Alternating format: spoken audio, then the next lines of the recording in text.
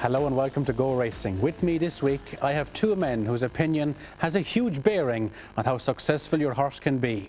They are the Irish senior handicappers on the flat, Gary O'Gorman, and over the jumps, Noel O'Brien. Welcome, gentlemen. Thanks, Brian. Handicapping. Some people don't understand it. What's it all about, Gary? Well, if I'm asked to explain to people, I'd say, do you play golf? And they'll say, yes, I have a handicap of 16. And I'll explain, well, you'll be aware that the idea is to give all the golfers in the competition an equal chance of winning the golf competition. It's the same idea, Brian, with the horses. And what we do, myself and Noel, is assign ratings to horses, which will determine the weight each horse carries. And the theoretical idea is that all the horses will finish in an equal line at the finish. It doesn't always happen, though. Unfortunately, theory doesn't always work out, but we do try, and we always try to improve. Noel, how do you base your ratings? What judgment do you rely on? Mine would be different from the flat in that our minimum trip is 2 miles. Obviously it's over jumps, 8 obstacles, in many cases can make a huge difference to a finish. But our guidelines are that horses are handicapped on their best form, and when we are assessing the horses, that's the criteria we will use, and after 3 runs we would give a rating to the horse and assign that from then on. Unless he wins. So if he wins, you have to automatically give him a rating? Not necessarily. After 1 win, he's entitled to a handicap rating if we can make an assessment. But if you take a race, say that we can't make an assessment of the form of that race. In other words, if nothing in the race has formed previously, it's going to be very difficult to give a rating to that horse. But I'd say 9 times out of 10, if a horse has won, he'll get a handicap rating.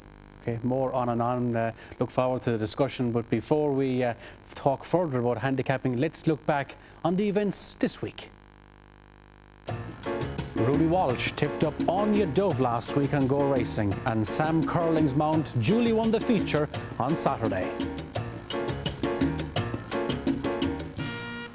Also on Saturday, there was drama when Alexander Goldrun had to break out through stall number 6 after it clearly failed to open. Jim Bulger's filly lost all chance of winning a contest, which went to the favourite, Dermot Wells' Steel Light. Steel Light and Margell as they go to the line. Steel Light, the top weight wins for Pat Mullen. Christy Roach saddled Desert Fantasy to win the big race at Galway on Sunday. Having failed to stay earlier in the week, he bolted up here on the Tom Queally. Simple Exchange impressed judges at Cork on Monday, as did Anchor and McQueenie, 2nd and 3rd here.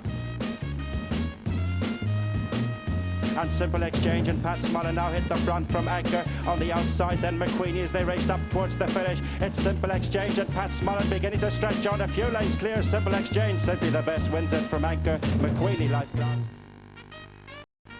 Juliet battled on strongly to beat stablemate Kite Flyer, and now heads to Doncaster for the Park Hill Stakes. And it's the 2 stable companions battling it out. Juliet and John Burt on the near side, just inching past Kite Flyer. In the limelight is Third Love Token 4 inside the final 100 yards, and Juliet just getting the better of Kite Flyer as they go to the line. Juliet and John Burt to win it by length, for Kite Flyer gives John Oxer 1-2.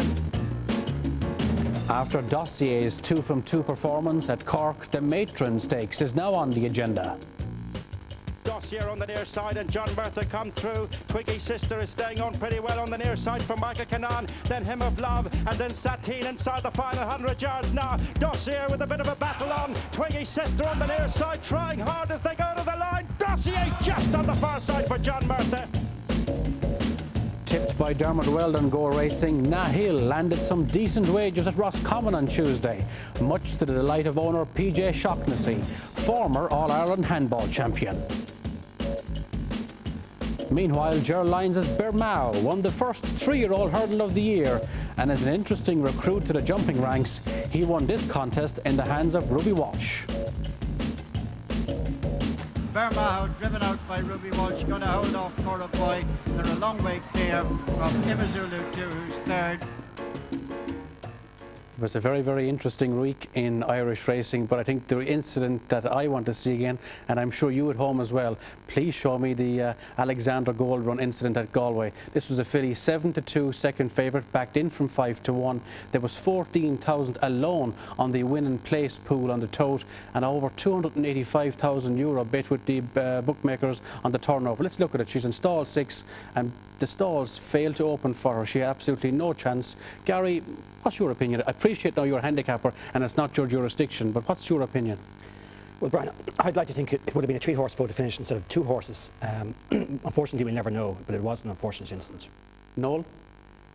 I see no point in me commenting on it, Brian, other than at the subsequent inquiry, the stewards did inquire into the incident and their findings were published.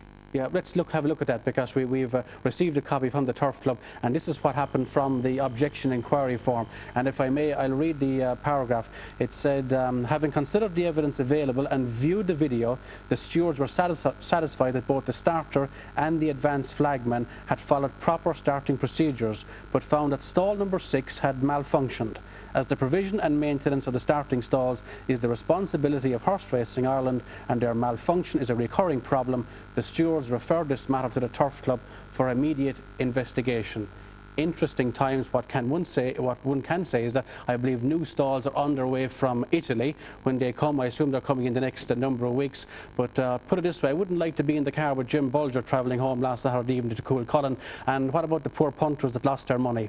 Hopefully it won't happen again, but it's one of those things that shouldn't happen this day and age, but it did. Handicapping. Gary O'Gorman, where we go from here? It's an interesting subject, handicapping. If you're at a dinner party, you know, it's a fascinating subject, handicapping. Yes, I was trying to explain to an Italian girl once what a horse handicapper is, and she thought for a moment, and then she said, "You castrate horses?" And I said no, but she was thinking along the right lines. But it is difficult to explain to people what you do. The golf analogy is probably the best, because a lot of people play golf nowadays. We try to achieve a multiple dead heat. In theory it works well, but in practice it rarely does. There are a number of factors why horses won't always run to their best form.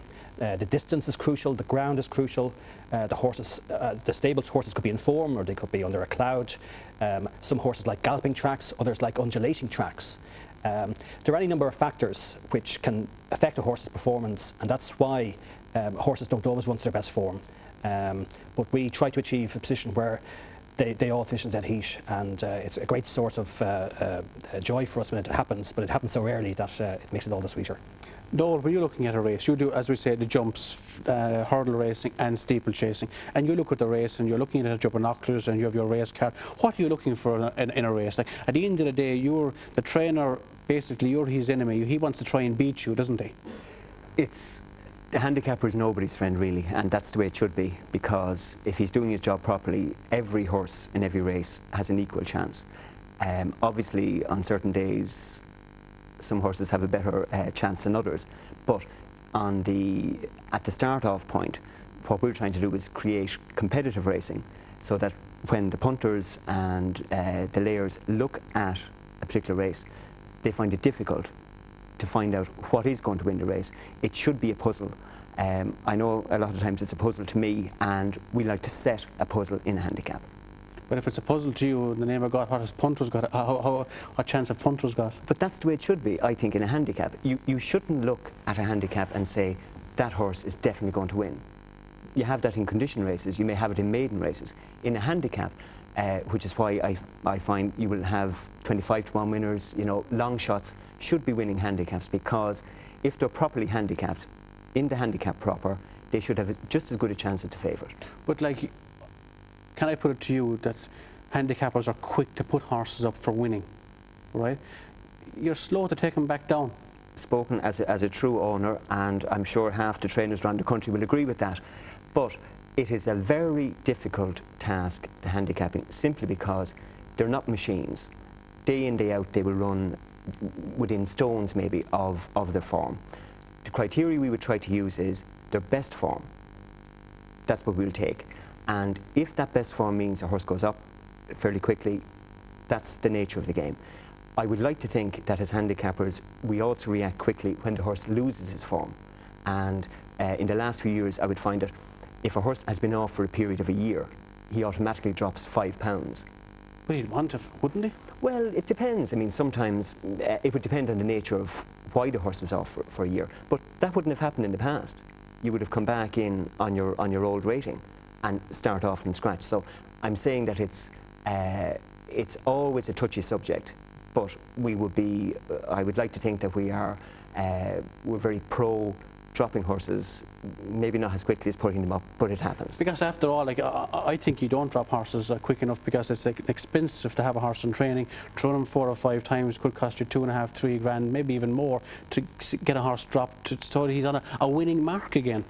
Yeah, but you see, if you have a 15-runner race, there's going to be 1 winner and 14 disappointed connections. So only, you know, while we like our ideal of the dead heats, like in the real world it doesn't happen, well, not on my side of it, but what you're looking for is competitive racing and horses to be racing off a weight with which they can win.